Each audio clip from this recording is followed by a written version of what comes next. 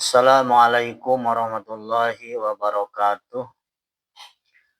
Innal hamdalillah nahmaduhu wa nasta'inuhu wa nastaghfiruhu wa nastahdiih wa na'udzu billahi ta'ala min syururi anfusina wa sayyiati a'malina. May yahdihillahu fala mudhillalah wa may yudlil fala hadiyalah. Asyhadu an la ilaha illallah wahdahu la syarikalah wa asyhadu anna Muhammadan abduhu wa rasuluhu wa la nabiyya wa la rasula ba'dah. Amma ba'du, subhanaka la ilma lana illa ma 'allamtana innaka antal alimul hakim. Allahumma rzuqna fahman nabiyyin wa hifdzal mursalin wa ilhamal malaikatil muqarrabin. Allahumma inna nas'aluka ilman nafi'a wa rizqan thayyiba wa amalan mutaqabbala. Allahumma inna na'udzubika min ilmin la yanfa' wa min qulubin la takhsha' wa min nufusin la tashba' wa min da'watin la yustajabu laha. Hadirin wal hadirat kaum muslimin wal muslimat rahimakumullah.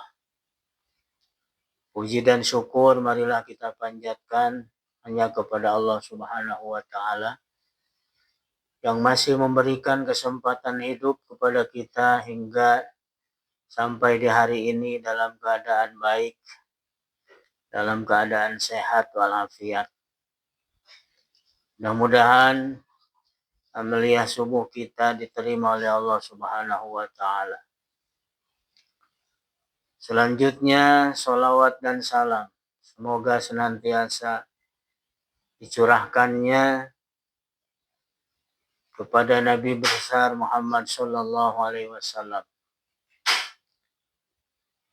beserta seluruh keluarganya, para sahabatnya dan para pengikutnya hingga yaumil qiyamah.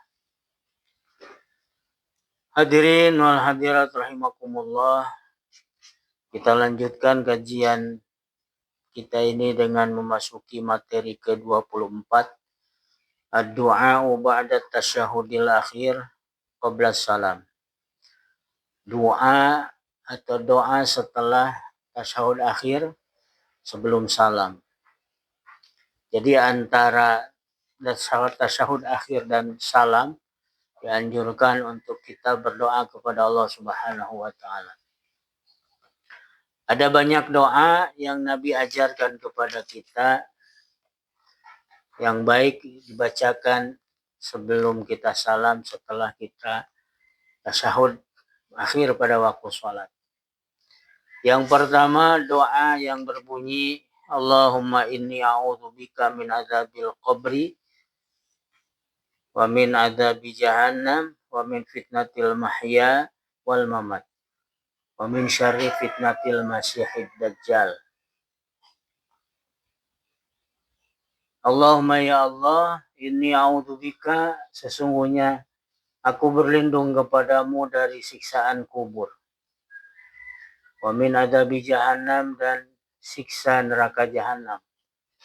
Wa min fitnatil mahya, dan dari fitnah kehidupan. Wal mamati, dan fitnah kematian. Wa min syarri fitnatil masyihid dajjal, dan dari buruknya fitnah dajjal. Sahabiyul hadis, sahabat perawi hadis ini adalah Abu Hurairah radhiyallahu taala anhu. Hadirin rahimakumullah. Qauluhu atau perkataan Nabi al-mahya bima'nal hayat, bima'nal hayah. Makna daripada al-mahya adalah kehidupan. Sedangkan al-mamat maknanya al-maut, yaitu kematian. Wa fitnatil hayatil lati tu'aradu lil insani maddatun hayatahu minal iftitani bid dunya wa syahawat wal juhalat wa asyadduha wa azamuha wal iyadu billah. Fitnah kehidupan adalah perkara-perkara yang menimpa manusia semasa hidupnya, seperti fitnah dunia secara materi, fitnah syahwat, fitnah kebodohan, dan paling berbahaya bagi kita semua. Semoga Allah Subhanahu wa taala melindungi kita dari berbagai macam fitnah itu. Adapun yang dimaksud fitnah dalam konteks penjelasan doa ini adalah artinya ujian hidup kita. Karena ketahuilah bahwa hidup kita di dunia ini adalah ujian, begitu juga kematian. Sebagaimana ditegaskan dalam Quran surah ke-67, Alladzi khalaqal mauta wal hayata liyabluwakum ayyukum ahsanu amala. Dialah Allah yang telah menciptakan kematian, kehidupan, untuk menguji kita siapa yang lebih baik amal ibadahnya. Adapun yang dimaksud dengan al-mamat adalah fitnah kematian. Namun para ulama berbeda pendapat mengenai fitnah kematian ini. Ada yang mengatakan itu merupakan fitnah kubur. Ada juga yang mengatakan bahwa kemungkinan itu adalah fitnah pada saat sakaratul maut. Dan fitnah disandarkan kepada kematian. Karena fitnah sangat dekat dengan kematian itu. Jika maksud Nabi SAW dengan fitnatul mamat, dengan fitnah kematian adalah fitnah kubur, maka tentu terjadi pengulangan dalam doa. Karena sabda beliau min azabil qabri, dari azab kubur menunjukkan hal yang sama. Tapi yang benar sesungguhnya dalam doa ini tidak terdapat pengulangan. Oleh sebab itu jauh lebih pedih. Karena azab itu jauh lebih pedih daripada fitnah. Makanya fitnah yang berupa pertanyaan dua malaikat itu, yaitu malaikat Harut dan Marut, menjadi penyebab datangnya azab bagi orang yang tidak selamat daripadanya. Adapun Al-Masih Ad-Dajjal, makna kata Al-Masih Ad-Dajjal amma tasmiyatuhu bil masih fali'annal khayra musiha minhu wa huwa masihud dhalalah. Adapun Dajjal disebut dengan Al-Masih karena kebaikannya telah dihapus dari dirinya. Karena kebaikan sudah Allah hapus daripada dirinya. Musiha minhu dalam bahasa penjelasan kitab ini. Jadi Dajjal itu sumiya bihi li'anna aynahul wahidatu mamsuhah. Bahwa Dajjal itu adalah makhluk yang secara fisik salah satu matanya terhapuskan. Ada pula yang mengatakan wa yuqalu rajulun mamsuhun al-wajhu wa masih wa huwa alla yabqa ala ahadin shiqqa wajhihi ainun. Ada juga yang mengatakan bahwa Dajjal merupakan seseorang yang wajahnya terhapuskan. Dan kata Al-Masih adalah seseorang yang tidak terdapat mata pada satu bagian wajahnya. Juga tidak mempunyai alis. Kemudian ada juga yang berpendapat bahwa kenapa disebut Al-Masih? Li'annahu yamsahul ardo. Karena dia melewati, menyapu bagian dari seluruh muka bumi ini. Minal masyriqi ilal maghrib. Dari timur hingga ke barat. Kemudian dalam penggunaan kata Al-Masih seakan-akan terdapat kesamaan antara Al-Masih Ad-Dajjal dengan Al-Masih Isa putra Maryam. Padahal sebetulnya tidak ada kesamaan di sini. Karena Nabi Isa alaihi salam diberi nama Al-Masih dikarenakan dia tidaklah memiliki tangan yang Allah berikan kepadanya kecuali penuh barokah. Menyentuh orang sakit, menjadi sembuh sakitnya. Kemudian ada juga yang mengatakan karena Isa alaihi salam sewaktu keluar dari perut ibunya yaitu Maryam, ia keluar dalam kondisi terusap dan terlumuri dengan minyak wangi. Ada yang mengatakan bahwa dikatakan Al-Masih Isa bin Maryam dikarenakan dia adalah orang yang sangat jujur dalam kehidupan sehari-harinya. Sedangkan Dajjal disebut dengan Al-Masih karena dia sangat penipu dan selalu mencampur adukan kenyataan. Mencampur adukan, memutarbalikkan fakta. Yang salah menjadi benar, yang benar menjadi salah. Dan arti Dajjal itu sendiri dijelaskan pada Dajjalu al-khalata wa yuqalu ataliya wa taghfiyah, bahwa yang dimaksud dengan Dajjal itu adalah makhluk yang berarti seseorang yang suka mencampur adukan, suka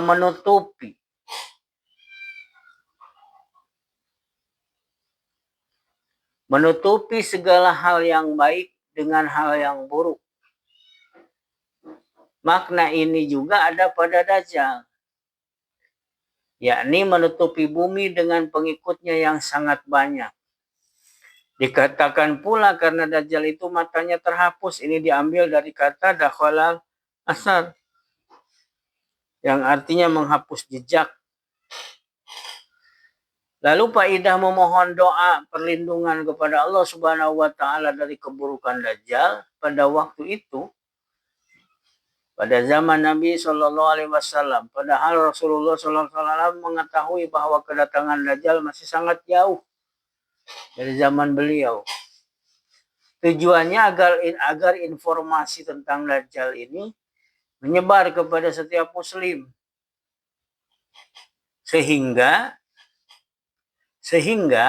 diketahui oleh seluruh umat Islam dari generasi ke generasi, juga dari kelompok ke kelompok yang lainnya, bahwa Dajjal adalah sangat pendusta, sang pembawa kebatilan, penipu, seorang yang berjalan di muka bumi dengan kerusakan, dan seorang penyihir, sehingga orang-orang mukmin tidak lagi meragukan perkaranya saat ia keluar. Dan pada akhirnya mereka mengetahui hakikat Dajjal sebagaimana yang dikatakan baginda Nabi Shallallahu alaihi wasallam. Selanjutnya yang kedua, hadirin wal hadirat rahimakumullah. Doa sebelum salam itu adalah Allahumma inni a'udzubika min azabil qabri wa a'udzubika min fitnatil masiihid dajjal wa a'udzubika min fitnatil mahya wal mamat. Allahumma inni a'udzubika minal ma'sami wal maghrib. Allahumma ya Allah, ini sesungguhnya aku a'udzubika memohon perlindunganmu min azabil qabri, dari siksa kubur. Wa a'udzubika min fitnatil masiihid dajjal, dan aku berlindung kepadamu dari fitnah al-masih ad-dajjal. Wa a'udzubika, dan aku berlindung kepadamu min fitnatil mahya wal mamat, dari fitnah kehidupan dan kematian. Allahumma inni a'udzubika, ya Allah sesungguhnya aku berlindung kepadamu minal ma'sami wal maghrib, dari perbuatan dosa dan hutang. Sahabiul hadis, sahabat perawi hadis ini adalah Aisyah radhiyallahu taala anha. Dalam hadis ini disebutkan bahwa Aisyah radhiyallahu taala anha melanjutkan hadis tersebut dengan menyatakan faqala lahu qail, maka adalah seseorang yang bertanya kepada Nabi Shallallahu alaihi wasallam, ma aktsara ma tasta'idu minal maghrib ya Rasulullah. Betapa banyak engkau meminta perlindungan dari hutang wahai Rasulullah.